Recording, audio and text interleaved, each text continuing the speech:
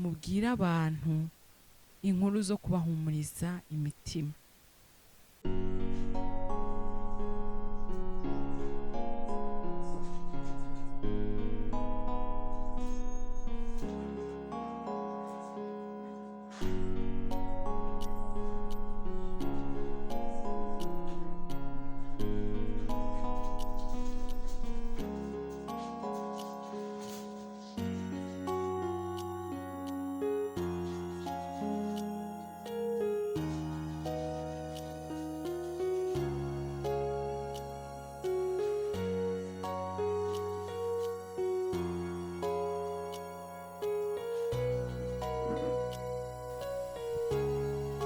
Turabashuje cyane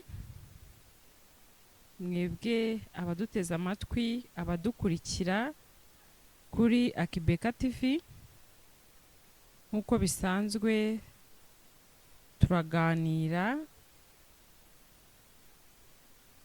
buri gihe, tuba turi kumwe namwe mu bikorwa byinshi bitandukanye kuri Akibeka TV. Turi mu cyumweru cyo kwibuka abacu bazize jenoside yakorewe abatutsi muri 1994. Turakomeza kuganira kugira ngo twese dukomeze kuba mu mwanya umwe duhuje umutima. Uyu munsi turakoresha amagambo yoroshye, turakoresha amagambo yo kururutsa imitima abantu. Ntabwo biba byoroshye kururutsa umutima w'umuntu, bisaba ubwenge bwinshi, bisaba n'ubushishozi, n'ubuhanga cyane. Kubona ijambo ubwira umuntu ubabaye, umuntu ufite intimba, umuntu wishwe n'agahinda, ukabona amagambo meza wakoresha yururutsa umutima we. Rero no mu ijambo ry'Imana birahari. Umuntu yicwa n'agahinda, umuntu abababaye, umuntu yabuze abe barabisha areba. Umuntu arakubwira ati umuryango wanjye, abantu banjye, urambwira iki? Ni iki uri kumbwira? Kubera gucika intege, kubera ko umutima wurushye, wishwe n'agahinda. Ntabwo uzapfa kugenda uvuga ibyo ubonye byose. Uzabanza witonde urebe mu udarimo, hanyuma ubone kubona amagambo yo kumubwira. Hano mu ijambo ry'Imana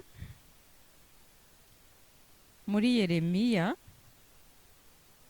ni ibice 8 umurongo wa 18, hari ijambo rivuga ngo ye baba we, icyampa ihumure ryo kumara umubabaro, umutima wanjye urihebye. Nimwumve ijwi ryo gutaka kw'abantu banjye riturutse mu gihugu cya kure riti, mbese Uwiteka ntari Siyoni, umwami wabo ntahari? Umuntu wihebye, umuntu ufite umubabaro arimo arataka ati ye baba we, icyampa ihumure ryo kumara umubabaro. Ari bo bantu, ari cyo gihe ubu turimo, umuntu aba afite agahinda. Igihe cyo kwibuka, turi kwibuka byinshi. Hariho benshi bibuka bagasubira inyuma, bakareba bakitegereza. Hakabaho n'abacitse intege, hakabaho n'abiheba, abandi bagahahamuka maze bagataka bati ye baba we, icyampa ihumure ryo kumara umubabaro, umutima wanjye urihebye. Uyu muntu ni iki wamukorera? Uyu muntu biragusaba guca bugufi, ugacisha make, ukajyana ijambo ry'ihumure ukamuhumuriza uti humura, humura, Imana iragukunda, humura, Uwiteka ari kumwe nawe, humura, nturi wenyine, humura, turi kumwe nawe, kuko n'ubundi uba wamugeze iruhande.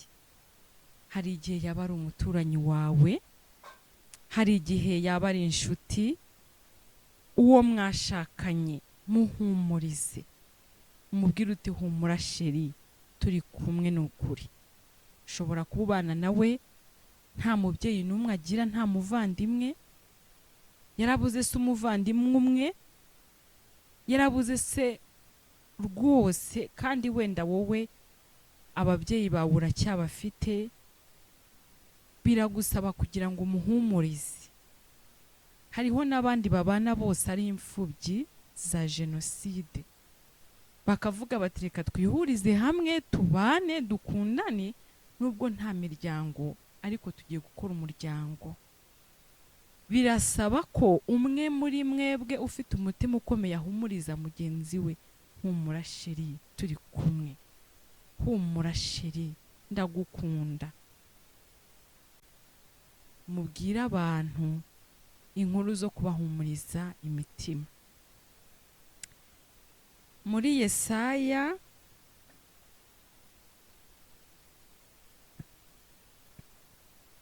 turareba muri Yesaya hano,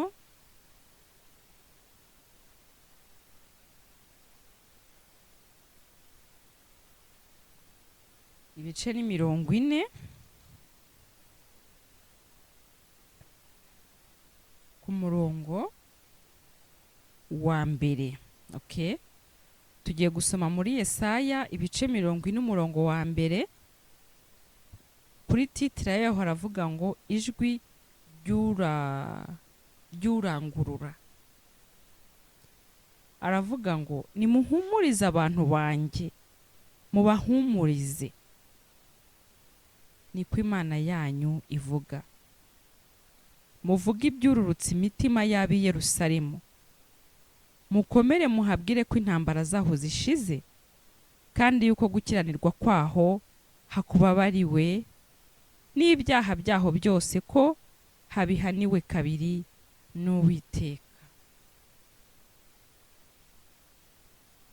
Nimuhumurize abantu banjye, mubahumurize, hariho n'akadomo. Aho honyine haraduhagije, ariko kugira ngo byumvikane neza, reka turangize uyu murongo wa mbere wose ngo nimuhumurize abantu banjye, mubahumurize, niko Imana yanyu ivuga. Amen. Ni ukuvuga ngo si ubwa mbere abantu bahungabana, si ubwa mbere abantu bacika intege, si ubwa mbere abantu bababara. Abisiraheli nabo barababaye, ab'i Yerusalemu bishwe n'agahinda mu gihe bari mu ntambara, ariko kuko intambara zaho zishize, nimubahumurize di. Banyarwanda, banyarwandakazi, inshuti zacu, nimuhumurize, nimuhumurizanye, mubabwire ko intambara zaho zishize, mubabwire ko mu Rwanda ari amahoro, igihugu cyacu gitemba amata n'ubuki, u Rwanda rwa Gasabo, u Rwanda rw'imisozi igihumbi, u Rwanda rwa Beza. Mubabwire ko intambara zaho zishize.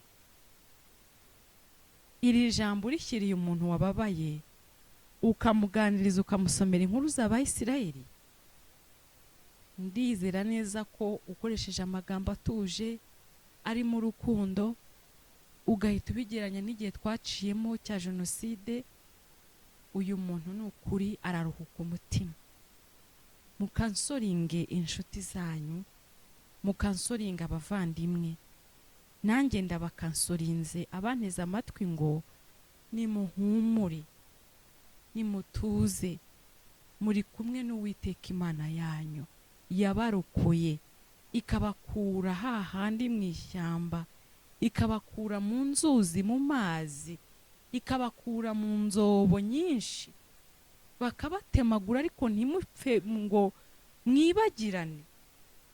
Ese iyo Mana yagutabaye cya gihe n'uyu munsi hari aho yagiye?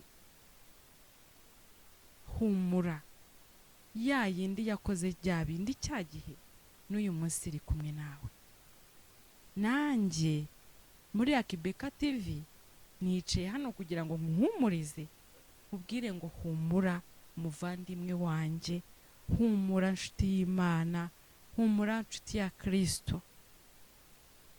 Ejo nahoze mbabwira ngo mu nzu y'Imana niho hari ubuhungiro, niho hari inshuti nziza, niho hari abavandimwe.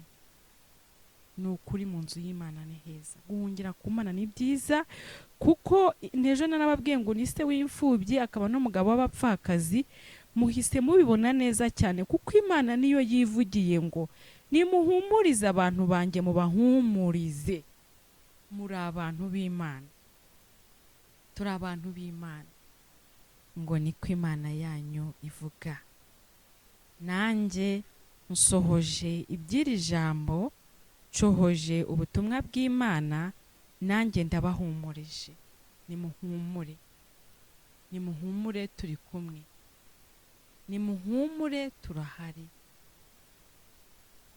Buri muntu wese nubwo yaba ababaye ntagabura akantu gatoya ko guhumuriza mugenzi we, kandi nawe abizi neza ko ababaye.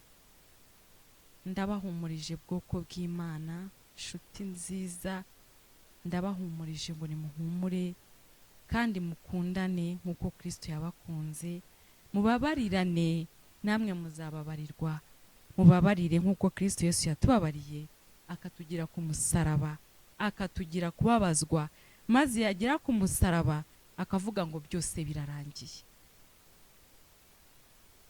Namwe nimwakire iryo jambo ryo kumva ngo byose birarangiye. Intambara zaho zarashize, intambara zacu zirashize, zarashize.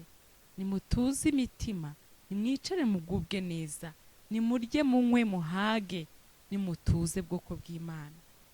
Iri ni ijambo ry'Imana, iri ni ijambo ry'Imana.